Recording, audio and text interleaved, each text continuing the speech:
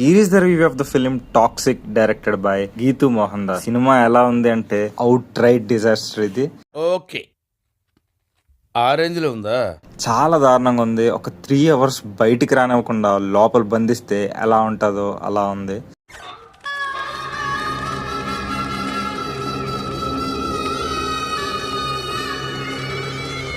అయ్యా లోపలంతా అంత సవ్యంగానే జరిగింది. సినిమా అయిపోయాక చప్పట్లు కొడుతున్నారు జనాలు. సినిమా బాగుందని కాదు, అమ్మయ్యా సినిమా అయిపోయింది ఇంక వెళ్ళిపోవచ్చు అని.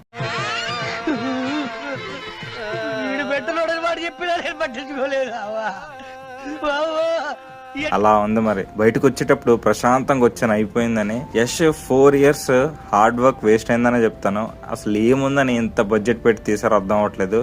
సినిమాలో అన్ని నెగిటివ్సే మాట్లాడుకుందాం, కానీ ఒక పాజిటివ్ థింగ్ ఉంది, అది చెప్పేస్తాం ముందే. క్లైమాక్స్ ట్విస్ట్ ఉంటది, అదైతే వెల్ ఎగ్జిక్యూటెడ్, కానీ అది లాస్ట్ 10 minutes లో వస్తుంది. అప్పటికి మీ ఓపిక నశిస్తుంది. ఆ ట్విస్ట్ ని ఎంజాయ్ చేసే అంత మూడ్ కూడా ఉండదు మీకు. ఓ స్టైలిష్ టేకింగ్ సరిపోదు. ఒక స్క్రీన్ ప్లే అన్నది ఒకటి ఉంటది కదా.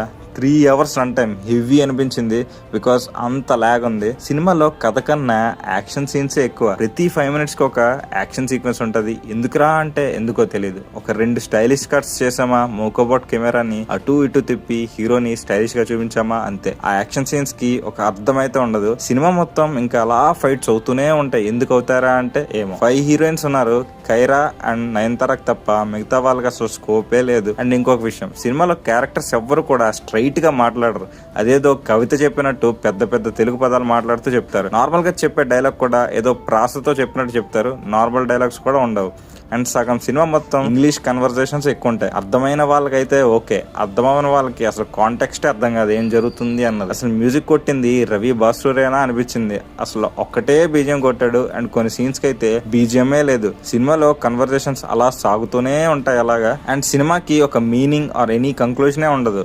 ఎందుకు జరుగుతుందో కూడా అర్థం కాదు. సినిమా గోవా బ్యాక్ డ్రాప్ లో జరుగుతుంటది. అది దేనికి ఉపయోగపడదు, అసలు దేనికి వాడుకోరు. అది మెయిన్ పాయింట్. హీరో అలా అందరినీ చంపుకుంటూ పోతాడు. ఎందుకు చంపుతున్నాడు అంటే ఏమో ఎవరికి తెలియదు. లవ్ స్టోరీకి అర్థం ఉండదు. అడల్ట్ సీన్స్ అయితే ఎక్కువగానే ఉన్నాయి. అవి కూడా ఎందుకు జరుగుతున్నాయి అంటే ఏమో అన్నట్టు ఉంటది. స్టైల్ ఓవర్ సబ్స్టెన్స్ అంటారు. పైకి మాత్రం విజువల్స్ అవి ఇవి బాగానే చూపిస్తారు, లోపల మాత్రం డొల్లే.